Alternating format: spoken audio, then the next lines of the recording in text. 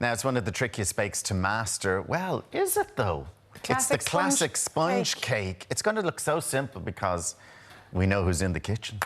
Edward Hayden is going to make it look easy, but why do they say it's one of the trickiest? Well, there are so many different types of sponge, and that's one of the things. I mean, the classical, the quintessential British sponge is the Victoria sponge. Victoria sponge, yeah. Which is kind of like a Madeira cake. It's the 888 and 4 mixture that so many people are familiar with. I'm doing a mixture this morning which is like a fatless egg sponge. If I put some melted butter into that, I would be making a Genoese sponge, which people would often use for filled birthday cakes. There's also things like the Pan de Gênes sponge, the Jaconde sponge. There's a mountain of different types so it's all about the sponge. It's all different types of sponge. I'm making this one this morning because it's just really, really nice and simple. This is what I would call kind of, I know it's Monday, but this is kind of what I would call your Sunday evening tea cake. Yeah. It's kind of make on the day, eat on the day. Years and years ago, my mother was a great woman for baking, and this was kind of her go-to. You know, if we were having visitors, it would be lashed up with the strawberries and cream, and it was gorgeous. It's very simple to make. I'm making a 3-layered sponge this morning, so it will look really nice. So I'm just going to do 1 tin just for the purposes of it. So I've got like an 8-inch, 20-centimetre tin, so you need 3 of those. I'm just going to spray them. This is a little kind of an oil spray, but you could brush them with oil or butter. It's just kind of handy. And then what I've got here is I've got a piece of parchment paper. So this is like your Blue Peter moment. Make sure that your piece of parchment paper is wide enough to fit the bottom of the cake tin, and then I'm going to fold it in half. Okay, keeping my finger along the centre line, I'm going to fold it into quarters. Okay, and then I'm going to fold it right down into a little triangle. I'm going to point the apex of that into the centre of the cake tin, tear it along the edge, and I should have a circular piece of paper, rather than kind of going around with your pen or your pencil or whatever and cutting it out. So it just means that your bottom of the tin is lined just like that. Now, it takes a few minutes for this sponge to aerate, to get it to what's known as the sabayon stage. Some people do it over boiling water. God, I do it. Yeah, absolutely. That's what I'm saying. Not dealing with muck here. Not dealing with muck here, it comes with papers. But it's a very simple thing to do, but it really has to be achieved. So what I've done is, in here, I've got my eggs. So I've got 5 eggs, full eggs, and I have 5 ounces, which is 150 grams of sugar. And I've beaten that. I did it during the ad break because I know that you're not fans of this beaten for ages and ages. So you need to beat it for about 5 or 6 minutes until it's known as it has doubled up or even tripled up. It's what's known as the sabayon stage classically. You might have heard tell of it as the ribbon stage, or a lot of people at home will have heard tell of it. That's just eggs and sugar? Eggs and sugar only. But did you ever hear, Alan, of the figure of 8? Okay, so there's the figure of 8. If you just see that very closely, I can write the figure of 8 with the mixture and it will still remain on the top. And that's what will give you that sense that it's nicely beaten up. So then what I've got is I have my sieve, and I have 5 ounces, 150 grams of self-raising flour. Okay, just going to sieve that in, give it a nice little sieve in.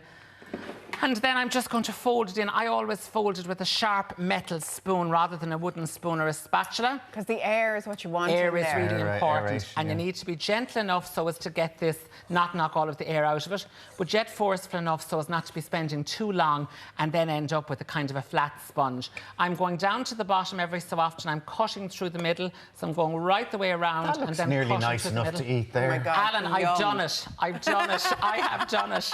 Yeah, absolutely. Not to be considered food safe, but it is absolutely nice enough to be done. Think then of putting maybe an ounce of cocoa instead of an ounce of flour to make a chocolate version. Think of putting a little bit of coffee And then that's extract. not traditional then? No, but again, it's a kind of, it's an incarnation of the traditional, do you know, that sort of way. And again, we can always make different elements of it as well. Just make sure that you have no pockets of flour. Tap off your spoon every so often. Make sure there are no pockets of flour in there to get it. Now, so then I'm going to divide that. If I had my 3 tins ready, I would divide it between my 3 tins, just like so. Okay, and I'll do the other 2 tins there where we're finished chatting. But what's most important then is just to take your tin and just give it 1 sharp tap, and that just kind of knocks the bubbles out of it. And that's going to go into the oven, 180, 350 or gas mark for coming up to 20 minutes, okay? Keep an eye on it, depending on it. And I have my Until it gets nice and brown. Golden brown, not too brown. I like that paler sponge. Paler sponge. But you need to make sure it'll just come away from the sides of the tins and if you just put your finger to the top of it, and you you have just 2 bounce minutes. back. 2 minutes, lovely, lovely. Plenty of now, time. plenty of time. I could cook a turkey in 2 minutes. Now, here what I've got then is my sponge. I'm going to layer it up onto my platter just Obviously like so. let it cool. Let it cool fully, yeah, and make it on the day that you want it, okay? And serve it on the day that you want it. So I'm going to spread it with some lovely jam. You could do some lemon curd, they would be lovely. You've got some cream here. Think of putting in maybe some Baileys or a bit of Cool Swan into the cream. Particularly if you've done the chocolate or the coffee version, then you've got like an Irish cream liqueur coffee. Put in some fruit just like so, okay? And then continue to layer Now, is that that up. traditional then? Is it not just jam layers that's the traditional Well, it all Victoria depends. sponge? This isn't a Victoria sponge now, I'm reminding you. Victoria sponge is the Madeira mixture, which is traditionally with jam, sometimes with cream. It's of Calendar Girls fame. This is your version. Not necessarily mine. This is the fatless egg sponge. So this is what you might call a cream sponge. So it's much lighter, and it has a very different crumb quality than the Victoria sponge, which is that bit denser and that bit tighter. Okay, so I'm almost there. I'm just continuing to layer it up, just like so. And It's then gorgeous, you could put some Looks strawberries in the middle. amazing. I'm going to keep the strawberries for the top, just like so. And then you see what I'm doing between, if I'm keeping it, I've layered it up between parchment paper, just like so. And there we have it. Give it a little squish. And then I've got my lovely icing sugar. And I like to dust that generously with icing sugar, just like so, very generously.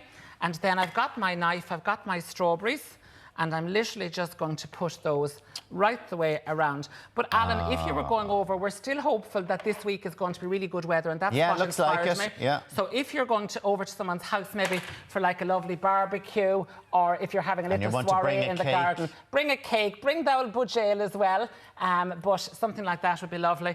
I've got some lovely violas. I'm in viola frenzy this summer, Love it. as you can recall, and I also have a little bit of mint, and I have a lovely little nasturtium blossom as well. Oh, push that out there so we can Welcome see to it there. any home. Welcome to any home. Imagine Now, if you were going to the imagine arriving somewhere with that now. Listen till I tell you, they would literally lick their lips, that nearly lick the cake or anything. You'd be a big hit Edward, if you had something like that. That looks absolutely divine. But think of it birthday really parties. does. You could be having a birthday party this week or next, and this is the perfect occasion piece. So There's going to be fights here. listen, Alan there's wants to going bring some home. To I his want to bring them come here till I tell you Ger now. wants to bring some yeah. home to his husband, her husband. I'm going to be not acting as All mediator. right. The cake is there. You can do what you like with it. I don't want to bring it home. You can do Edward, what you like with thank you it. so much for that. Thanks so much.